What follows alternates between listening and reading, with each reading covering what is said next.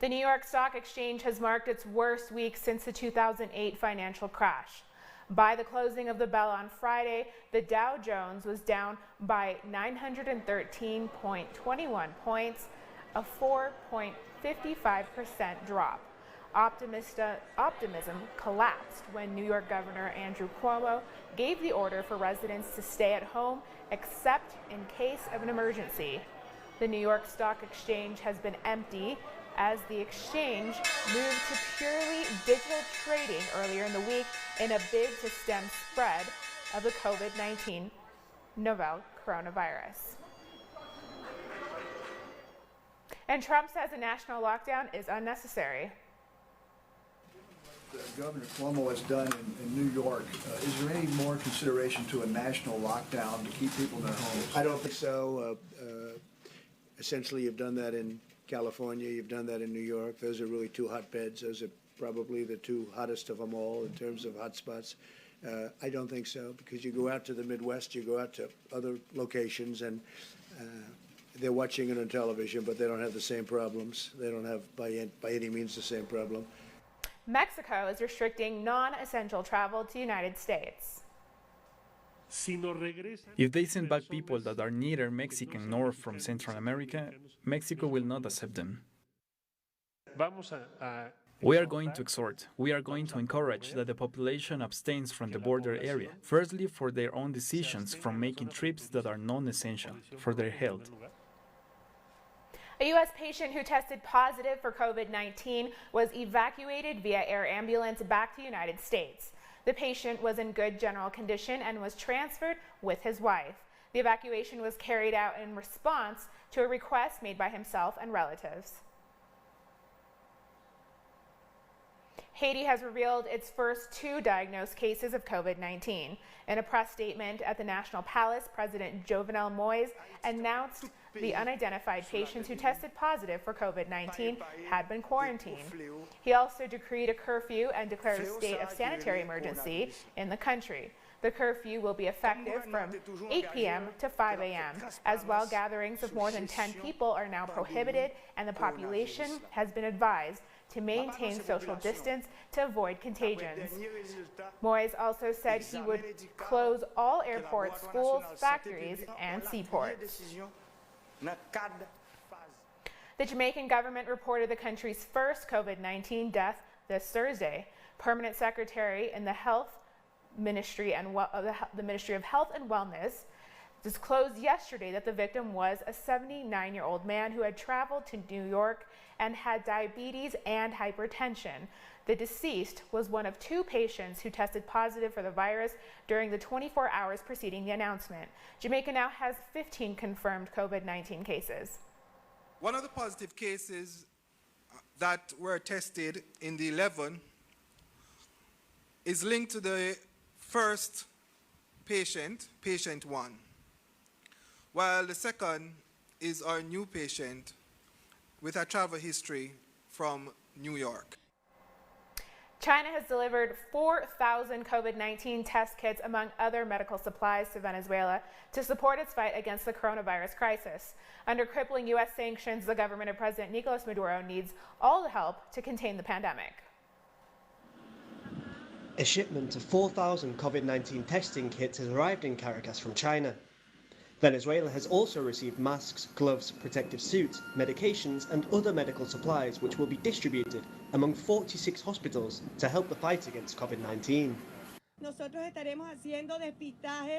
We will do both selective and mass testing. According to the list of contacts we have traced through confirmed cases and from national surveys in which we have identified areas that are most at risk. We identify which communities are most at risk, and we will carry out mass tests here. As China reported on Thursday, there have been no new local infections for the first time since the coronavirus began, which means President Xi Jinping has been focusing on helping countries like Venezuela contain the pandemic. This demonstrates the affection and brotherhood between the 2 nations, and also a clear support for the Venezuelan government and people. The Venezuelan government is taking measures to ensure public health despite severe and criminal sanctions. Venezuela can also count on the constant support and advice of the World Health Organization and Cuban medical experts, including the researcher who had developed the so-called interferon alpha 2b medication, which has been effectively used to treat some COVID-19 patients. You have to create conditions that allow the detection of cases and ensure that they can be treated accordingly to the severity of their symptoms. Then you have to trace their contacts and create a whole rapid response network. But we have to make it clear that each country has its own experience when dealing with the disease. The group of Cuban experts who arrived on Monday are here to provide technical and medical advice to local authorities and work together with doctors of Venezuela's Barrio Adentro mission, which is in charge of preventative measures as well as the detection of suspected cases in various neighborhoods. One thing which is very important is the spread of information by the media and social media on sanitary measures, so citizens are aware of their responsibility in protecting themselves and their families. Although Venezuela has received a great deal of support from China and Cuba in its fight against the COVID-19 pandemic, the US continues to impose sanctions on Venezuela, curtailing its efforts to deal more effectively with the crisis and needlessly putting millions of lives at risk. On Thursday, Niger recorded its first coronavirus case in a man returning to Niamey from Togo via Ivory Coast and Burkina Faso, information which was confirmed by the health minister. Niger has just registered its first case of coronavirus today, Thursday, March 19, 2020. The patient is of Nigerian nationality, aged 36. He's a warehouseman for a land transport company, and he has traveled along the road Lomé, Accra, Ghana, Abidjan, and Ouagadougou. China has announced this Friday that the United States had tried to stigmatize the country with the coronavirus after U.S. President Donald Trump continued to refer to the new coronavirus as the Chinese virus. Recently, some people in the United States have been scheming to link the novel coronavirus with China and insistently stigmatizing China. Chinese people are strongly indignant and firmly oppose this. The claims that China has not been transparent and open disregard the facts and confuse right and wrong. The UN World Food Program says that millions of children are missing meals due to closures triggered by the coronavirus pandemic. The program normally covers 18 million children. We are indeed very affected and concerned by this situation. Many children in the world can only eat their fill and eat a balanced diet if they go to class. So we must now replace the school and school distributions and provide take-home rations by each family. So not only will the children benefit, but the poor families in which these children live will also be able to benefit from these rations. We'll take a short break now. Join us again in a minute.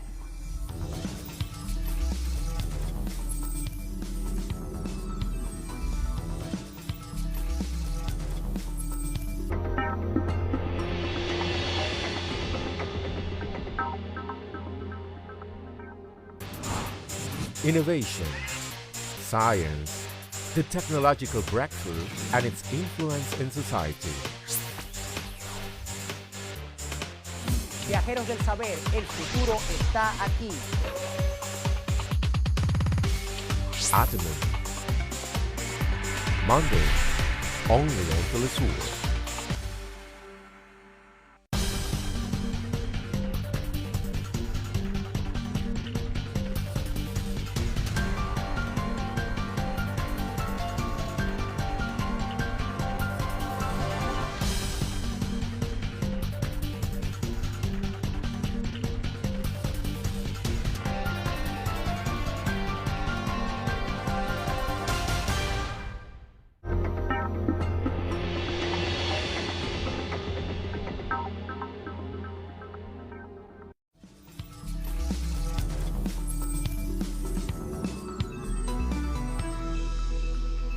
Welcome back.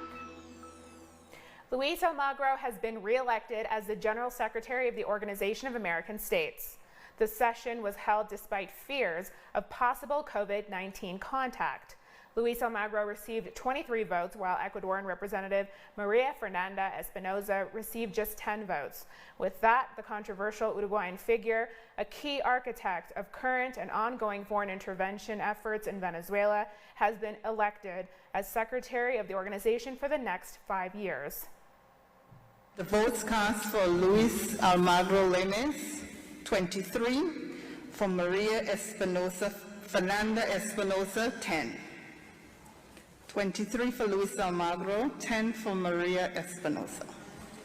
The representative of Mexico rejected the re-election of Luis Almagro for the new period.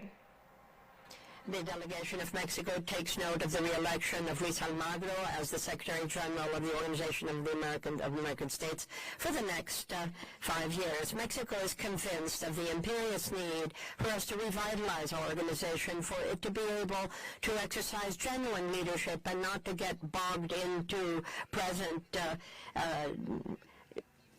quarrels. We supported the alternate candidate, the more so because we feel that the march toward genuine gender equality, which is frankly rather absent in organization, would be best served by the election of that female candidate.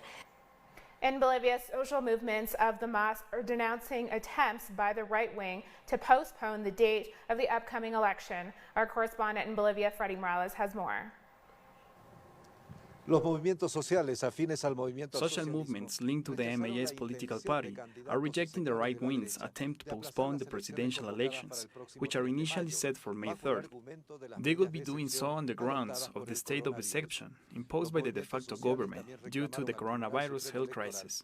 The social movements also rejected the Supreme Electoral Court's decision to ban around 200,000 voters from rural areas, where the MAS movement has major support. Meanwhile, a court in La Paz suspended a hearing from the second time regarding the electoral ban of former President Evo Morales by the Supreme Electoral Court. Morales intended to run from senator, representing the department of Cochabamba. Now over to Brazil, where in the midst of the social crisis generated by the COVID-19, Bolsonaro will be cutting over 150,000 beneficiaries from a large-scale welfare program which was implemented under former President Lula da Silva. Brian Muir has the story. Ever since the days that people like Hippocrates started writing about plagues and their effects on society thousands of years ago, one of the biggest concerns of government officials has been to come up with ways to guarantee that the populace can remain in quarantine, in isolation, to minimize transmission of diseases that don't have cures. And this is why even to this day, conservative administrations like the Boris Johnson administration in the United Kingdom and the Trump administration in the United States are quickly trying to come up with ways to put money in the pockets of the workers that they're demanding stay at home until the transmission of the coronavirus is slowed down. This is why a move by Brazil's far-right president, Jair Bolsonaro, today put the world in shock. At a time when every other government's talking about how to mitigate salary losses, the Bolsonaro administration announced that they're removing 158,000 families from the welfare rolls. And this before they've even announced any serious way to mitigate the income loss for all the people that they're beginning to demand stay at home. The backlash that this has caused is just one more event in a very bad week for Jair Bolsonaro. Today, after calling people propagators of fake news for saying that he had contacted the coronavirus, he's announced that maybe he thinks he has it and he's going to have to get a third test. So it's been a very bad week for Bolsonaro, and now it looks like he might have coronavirus after all. That was Brian Muir in Sao Paulo. Authorities in Russia are rushing to construct a medical facility for coronavirus patients, which is styled after the hospital in China, which was built in record time. It's going to be built in a village which is about 40 miles southwest of Moscow. The facility was inspired by the experience of Chinese partners. City officials said last week, in February, China built a prefabricated hospital with 1,000 beds over a period of 10 days in Wuhan, at the epicenter of its coronavirus epidemic. Now we are in the middle of constructing an infectious diseases center. The first patients with coronavirus should arrive here in April. There are more than 30,000 homeless people in Spain. Most of them are being forced by authorities to coop up in overcrowded shelters as the country is under lockdown due to the coronavirus crisis. But many of them remain on the streets, facing the risk of contracting the disease. Rocío has been living on the streets for months, and being homeless puts her at high risk of contracting the novel coronavirus. Due to her situation, she not only has limited access to hygiene products and running water, but also cannot go into self-isolation, as most of Spain does to combat the COVID-19 pandemic. The situation is extreme enough that we are on the streets, that we don't have a bathroom or laundry services. But on the top of all of this, we are treated like animals. We are unlucky enough to be on the streets, but we don't even have mobile services to meet our basic needs. Homeless shelters are now at their limits, and living establishments are heavily restricted. People living in these crowded shelters decry the situation, saying that under these circumstances it is impossible to practice social distancing. Between 1:30 p.m. when we had lunch and 8 p.m. when we had dinner, we had nothing to eat and we were hungry. They should also let us go up to the rooms to be able to rest a little. They ask you to constantly to keep a distance. It would be the least that they let people go up to the rooms to rest. In Spain, there are more than 30,000 homeless people who have quickly become one of the most vulnerable groups during the coronavirus crisis. And according to rights organizations, there has been little to no response from the government. The state of emergency hadn't planned any immediate measures to address these problems. We are concerned that in the end the collective isolation, putting a lot of people in the same place, will lead to infections, and also that the law will continue ignoring the situation. While the army tries to disinfect the streets and public spaces, where homeless people tend to stay, oftentimes most of them will remain on the streets, facing the risk of contracting the novel coronavirus. We'll take one last break. Join us again after this.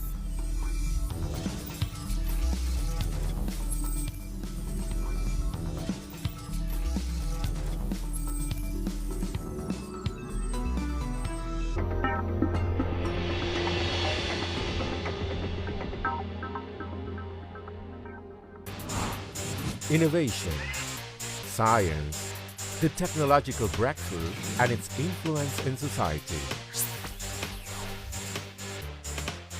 Viajeros del saber, el futuro está aquí. Atomen. Monday, only on Telesur.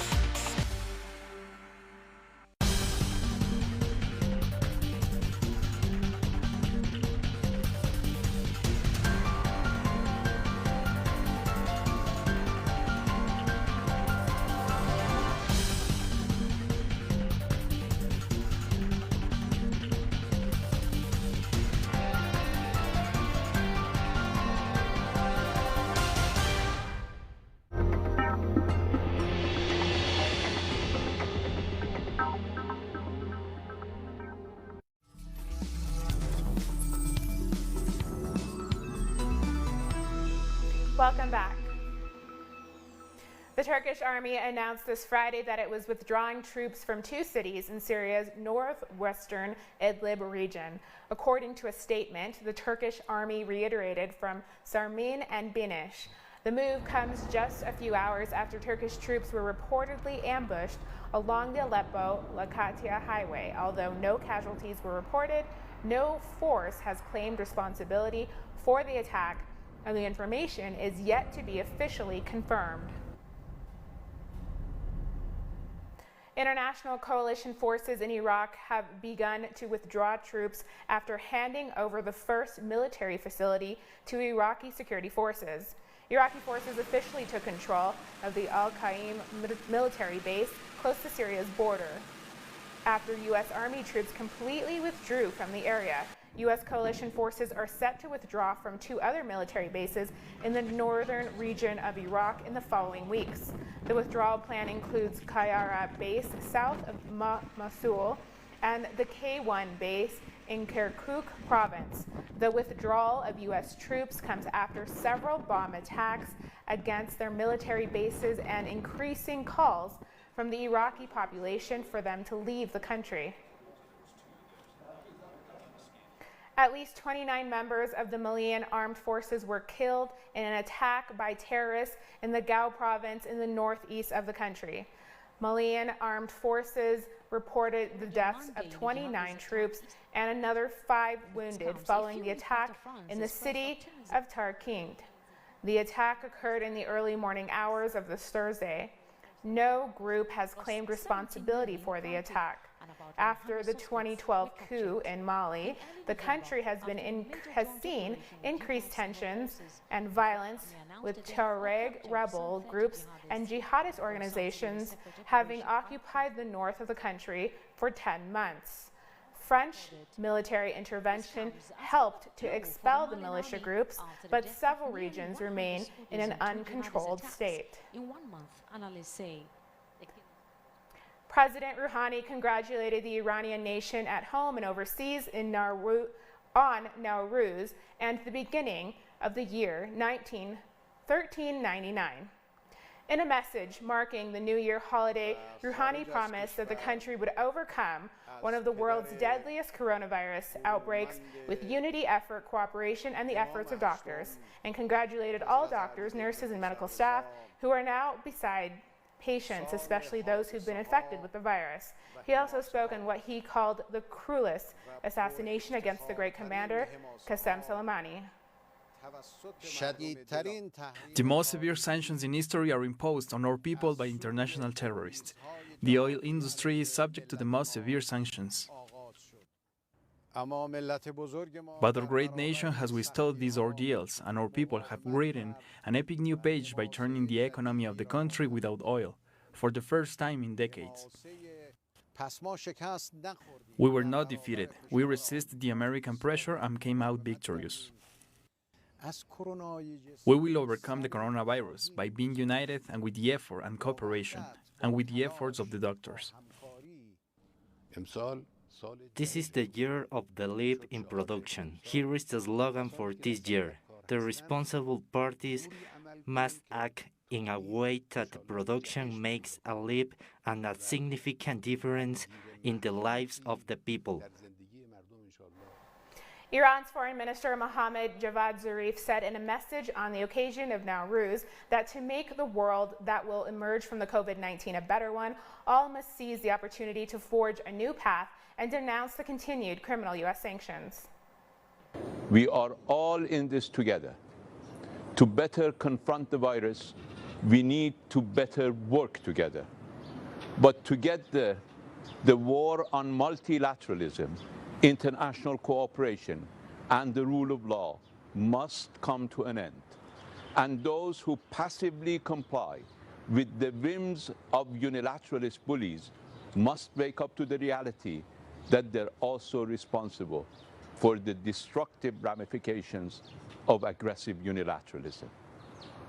I can assure you that we Iranians, relying on millennia of civilizations and unified national resilience, will overcome these challenges and emerge as a stronger and more compassionate community. I wholeheartedly wish the same for all my fellow human beings. But we human beings are capable of adopting a more empathic and eventually a more prudent approach towards one another, one premised on mutual respect and equal footing. It takes will, courage, and moral imperative. And if we are to make the world that will emerge from COVID-19 a better one, it is vital that we seize the opportunity to forge a new path.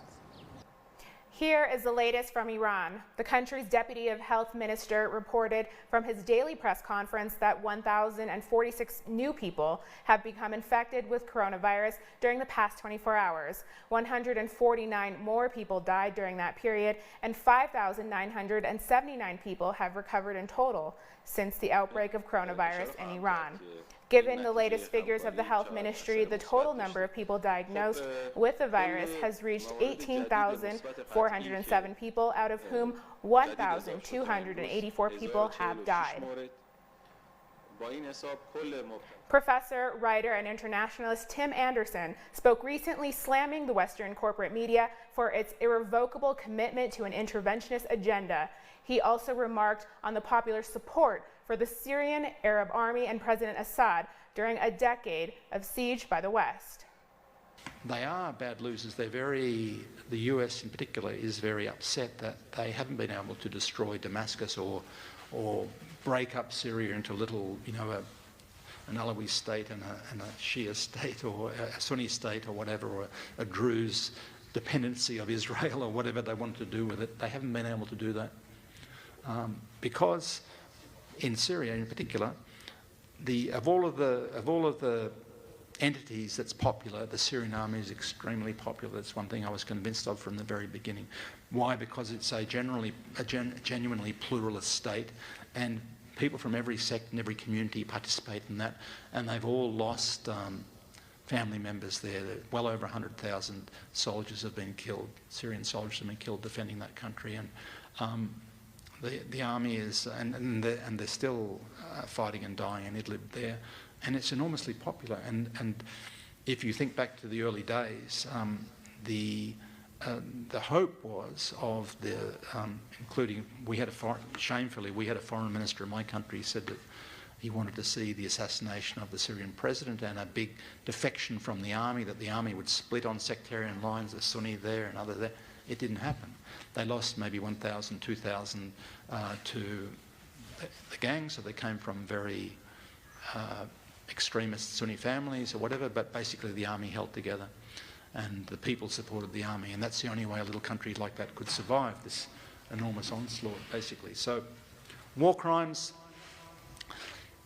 had Assad been killing his own people, they wouldn't have had that support to maintain almost a decade of struggle against Turkey and Israel and the US and France and Britain and Germany and all the others, and the fighters that came from 80-something countries.